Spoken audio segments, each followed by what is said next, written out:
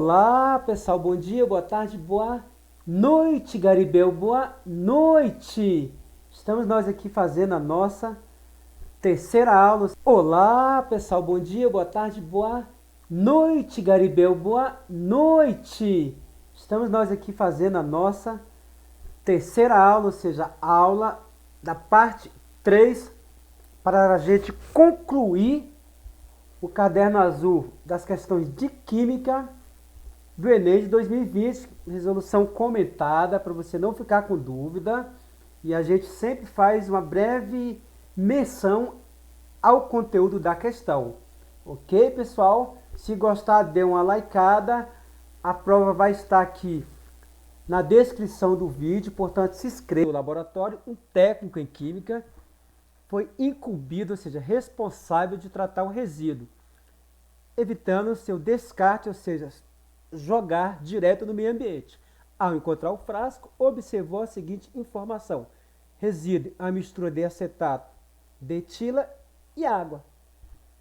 E deu alguns dados: baixa solubilidade em água, ou seja, então é praticamente imiscível, massa específica 0,9, ou seja, menor do que a da água, temperatura de difusão muito baixa, Garibel, muito baixa, pressão de vapor bem maior que a da água, ou seja, é mais volátil que a água. A fim de tratar o resíduo, recuperando o acetato de etila, o técnico deve evaporar o acetato de etila sem alterar o conteúdo. Pessoal, se você quer tratar o acetato de etila, ou seja, separar da água o acetato, se você evaporar, você vai ferir um princípio básico aqui que foi pedido para ele. Não é para jogar direto no meio ambiente. Se você evaporar, você joga direto no meio ambiente. Então, descartado, Garibel. Filtrar a mistura utilizando um funil comum. Geralmente você filtra quando você tem sólido e líquido. Não é o caso. Realizar uma destilação simples. Geralmente, para você fazer uma destilação simples, você tem de ter boa diferença na temperatura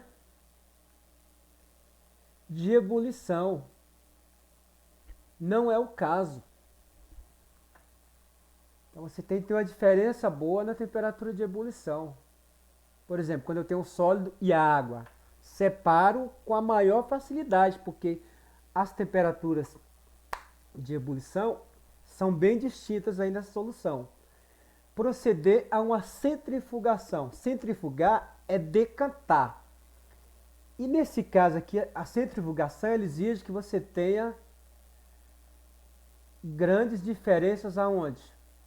Na densidade. Então, também não é o caso. Decantar a mistura separando os dois componentes em um funil. Vamos ver? Vou desenhar um funil aqui.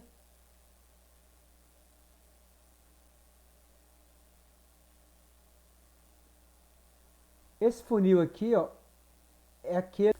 Em 2011, uma falha no processo de perfuração realizado por uma empresa petrolífera ocasionou o derramamento de petróleo lá no Rio de Janeiro. Os impactos decorrentes desse derramamento ocorrem porque os componentes do petróleo, então vamos escolher a correta, reagem com a água e sofrem degradação, gerando compostos com elevada toxicidade. Bem, pessoal, o petróleo e a água, eles não se misturam, são imiscíveis. Então, você tem a reação somente de superfície, mas eles não se misturam. Então, esse aqui não pode. Então, você não tem reações químicas gerando compostos com elevada toxicidade. B. Acidificam o meio, promovendo o desgaste das conchas calcárias de moluscos e a morte de corais. Também não.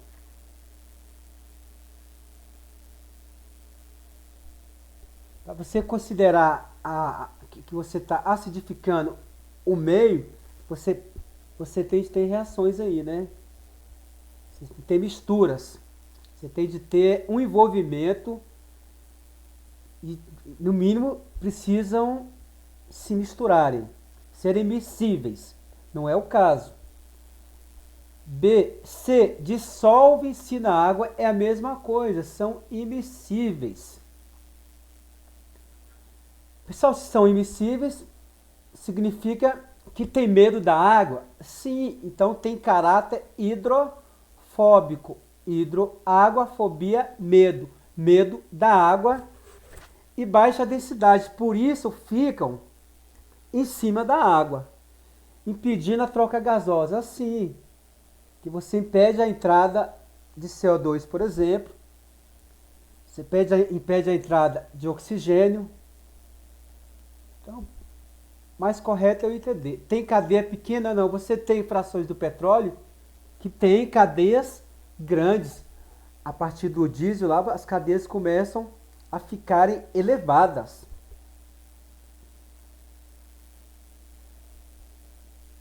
Tem elevada volatilidade. Os gases têm elevada volatilidade. Diferentemente, por exemplo, do querosene, do óleo. Então, item D é uma questão do meio ambiente, mole relacionando petróleo. Então, vamos passar aqui agora, questão 126. Embora a energia nuclear possa ser utilizada para fins pacíficos, recentes conflitos geopolíticos têm trazido preocupações em várias partes do planeta, estimulando discussões visando o combate ao uso de armas e a destruição em massa. Isso é um debate permanente, né, na política do uso da energia nuclear.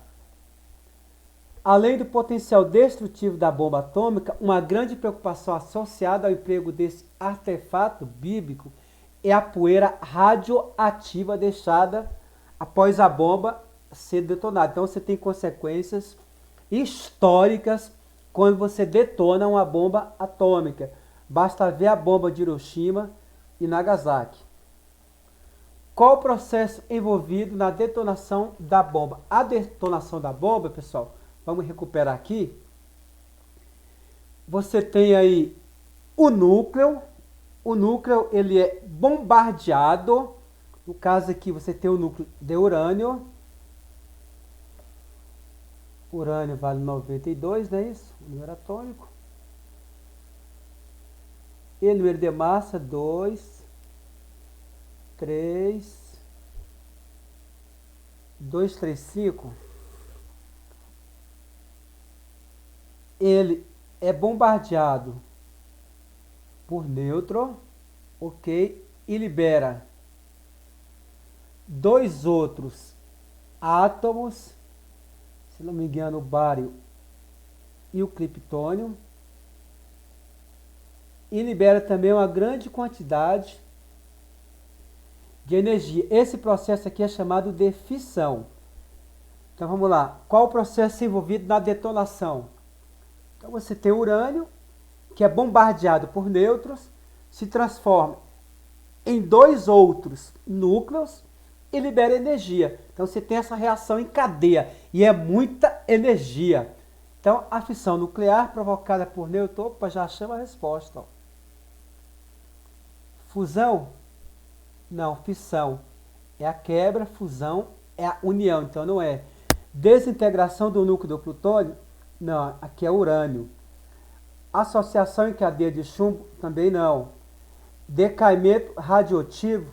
Não, decaimento radioativo é quando você vai medir a meia-vida de um fóssil, por exemplo. Então, letra A. Aqui eu fiz um comentário. As reações de fissão nuclear são a quebra de núcleos grandes, estável como o do urânio, com a formação de núcleos menores, liberação de nêutron e energia. É uma reação em cadeia. Então tá aqui, ó, o urânio, ele é bombardeado por nêutron e você forma dois outros núcleos menores. bário e criptônio. Criptônio libera nêutron e energia. Ok, pessoal? Aqui o esquema. A química verde é um ramo da química que prega o desenvolvimento de processos eficientes que transformem a maior parte do reagente em produto. Então, a tendência é que você tenha somente um produto, você não tenha resíduos, de forma rápida e seletiva, que utilize poucos reagentes. Ó. Então, você tem pouco reagente para produzir somente o produto que você quer, o desejado, evitando a formação de coprodutos, ou seja, não é interessante que você tenha mais de um produto na sua formação lá, que você tenha só o que você quer, que você não tenha produtos adjacentes, ou seja, coprodutos, aquilo que você não queria produzir no seu desejo inicial, e que utilize solventes não agressivos, ou seja, que não seja tóxico ao meio ambiente. Assim, as indústrias contornariam problemas relacionados à população ambiental e ao desperdício de água e energia. Então, evita-se a ideia que com essa química verde você evite desperdiçar água e energia. O perfil de um processo que segue todos esses princípios desse ramo da química pode ser representado por A mais B, C e D. Pessoal, aqui você está utilizando 3 reagentes e formou um produto. Só que ele fala no início aqui que a ideia é que você utilize pouco reagente. Tem outros aqui utilizando 2. Aqui utilizando 2 também. Então, é melhor eu utilizar 2 do que 3. Então, a A está fora. B. A mais B dando C e D. Só que a reação ela é endotérmica, então você vai absorver muita energia e você ainda está produzindo aqui, ó, 2 produtos, ou seja, o seu produto principal, que pode ser o C, e o coproduto, que é o D. A ideia é você evitar a formação de coprodutos para atender a química verde. Então, B também está fora. A reação ocorre com o uso de solvente orgânico. Essa aqui está até dentro dos padrões, né? Eu tenho A, B gerando C. Então, eu só tenho um produto, beleza. Só que ela acontece com o uso de solvente orgânico. Por exemplo, eles falam que você tem de utilizar solvente não agressivo ao meio ambiente. E se eu usar um benzeno aqui? Benzeno é um solvente orgânico e é altamente tóxico. É muito agressivo ao seu organismo e também ao meio ambiente.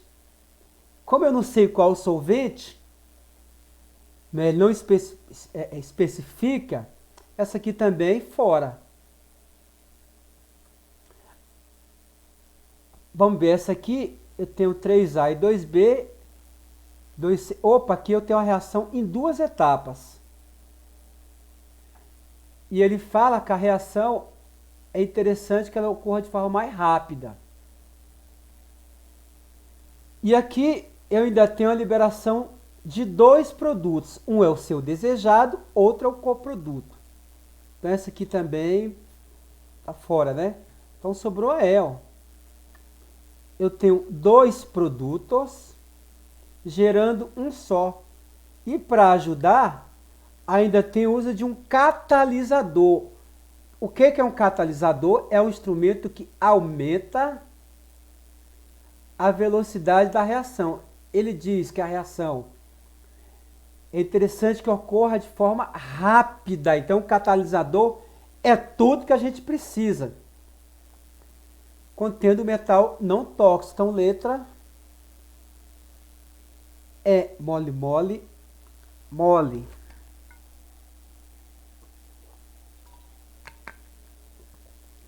Aqui a gente tem um comentário, tá bom?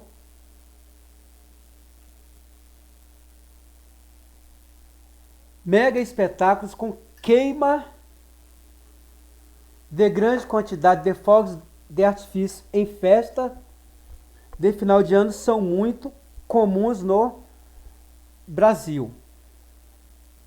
Após a queima, grande quantidade de material particulado permanece suspensa no ar. Então você fica com parte de resíduos sólidos suspenso no ar. Entre os resíduos encontra-se composto, por exemplo, de sódio, que tem no sal de cozinha, de potássio, que tem no nosso organismo, de bário, de cálcio, que também tem no seu organismo, chumbo, que é um metal pesado, antimônio, que é um metal pesado, e cromo, além de perclorato e gases, como dióxido de nitrogênio,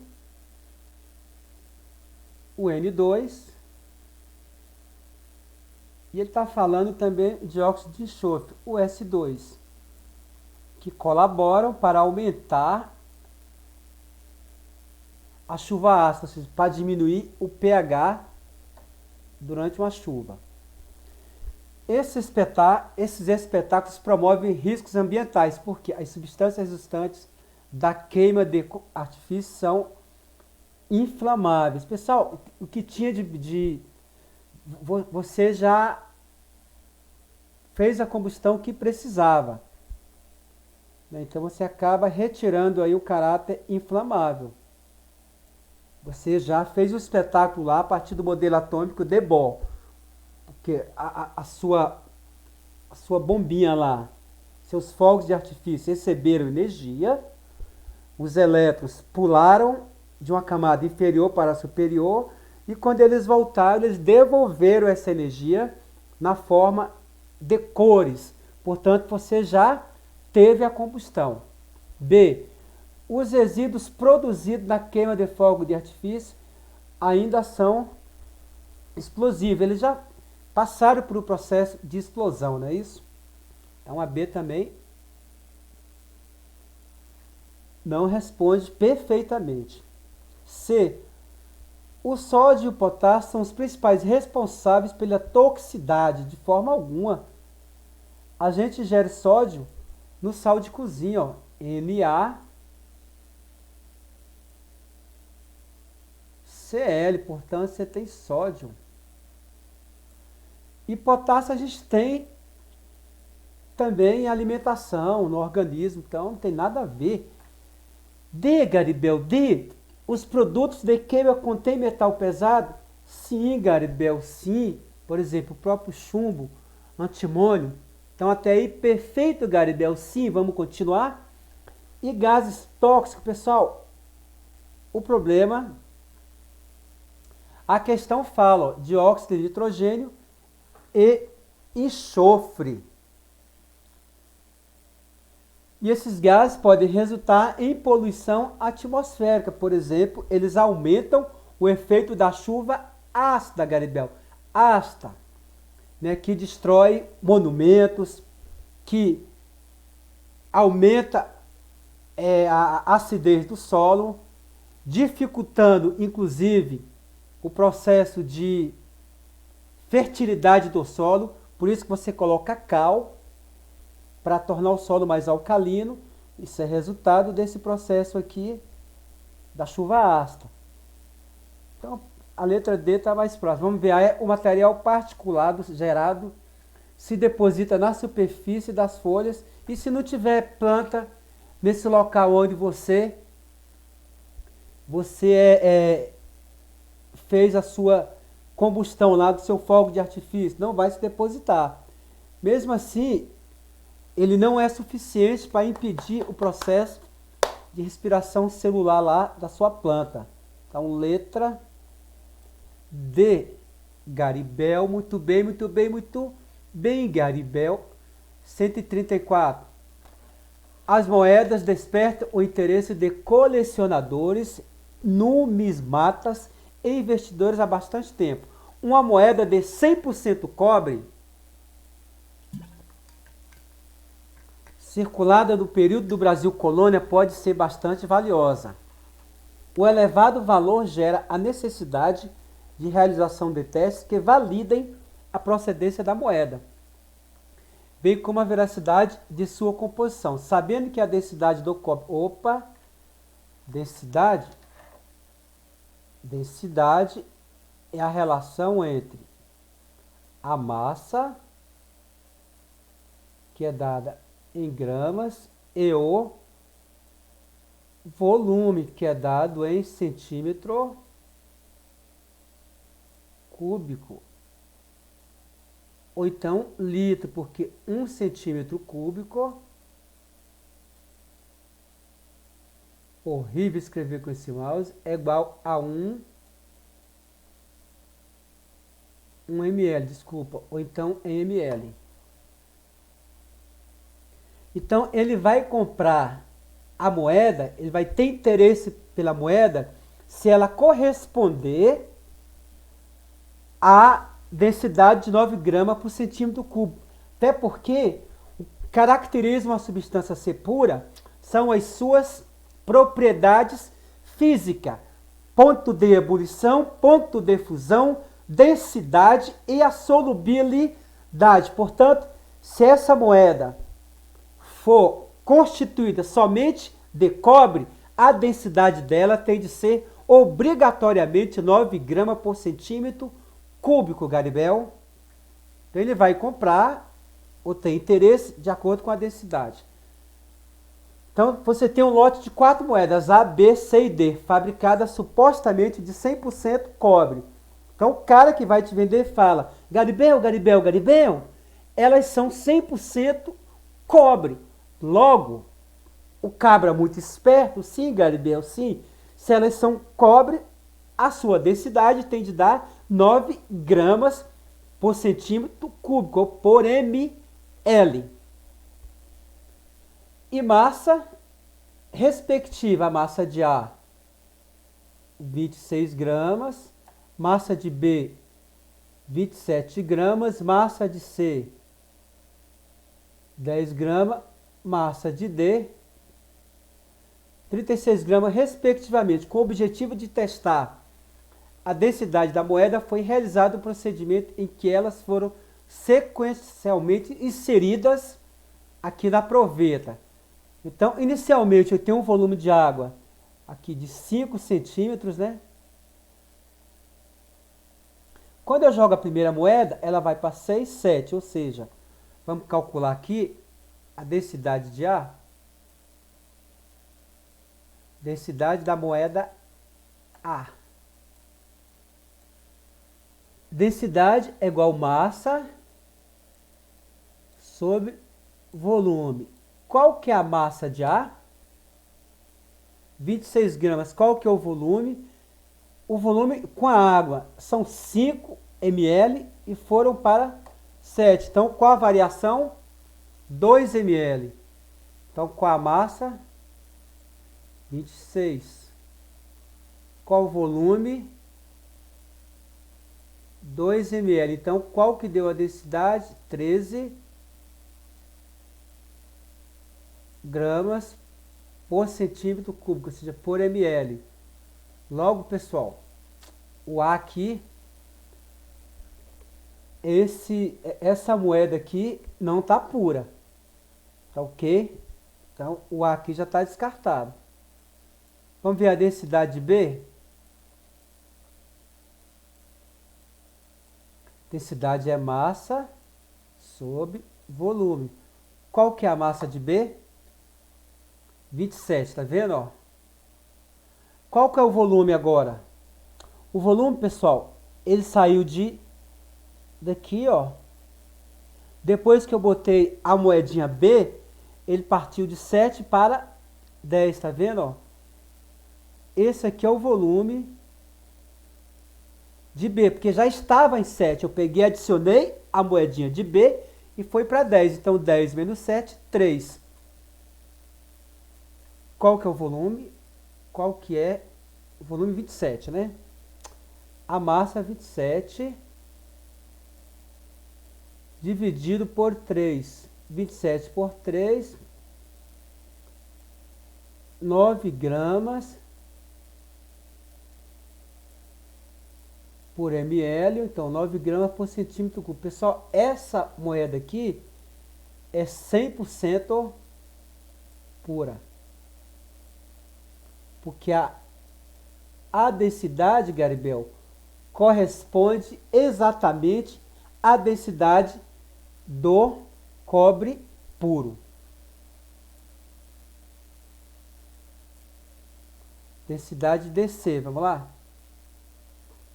Qual que é o volume? 10 ml. Vamos colocar aqui, volume, desculpa. Qual que é a massa? 10 gramas. Qual que é o volume? Eu estou em C, né? Então, em C, eu saí daqui, ó, estava bem aqui, de 10 para 12. Então, andou 2 ml. Aqui andou 3, né? Aqui andou...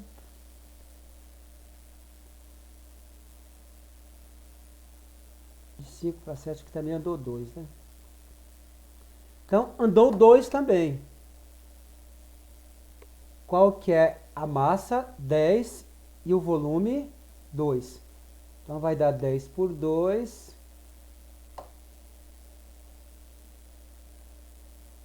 10. E foi para 12. 10 por 2. Então, a densidade da moeda C é igual a 5 gramas por centímetro cúbico ou 5 gramas por ml. Agora, a densidade da moeda D, densidade do cobre, vamos ver? Qual que é a massa? 36. 36. Qual que é o volume? Saiu daqui de 12 para 16. Então, o volume deu igual a 4. 36 por 4.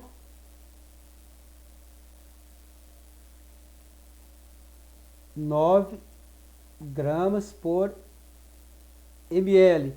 Então, 100% somente a moeda B e a moeda D, Garibel. Logo, logo, logo, qual que ele vai se interessar? Opa, letra D, uma questão de densidade, só precisa saber o conceito mole, mole, mole, Garibel, mole, mole. Deixa eu ver se tem mais alguma, não tem. Pessoal, acabamos, é isso, fiquem com Deus, Garibel, fiquem com Deus, até a próxima, dê uma like, curta aí, não é? Compartilhe, faça a sua inscrição. Beijos e queijos, terminamos a prova do Enem de 2020. A próxima prova que eu vou começar a resolver é a de 2019. E assim a gente vai regredindo historicamente, sempre um ano, tá bom? Abraço, beijos e queijos, fiquem com Deus e compartilhem, Garibel.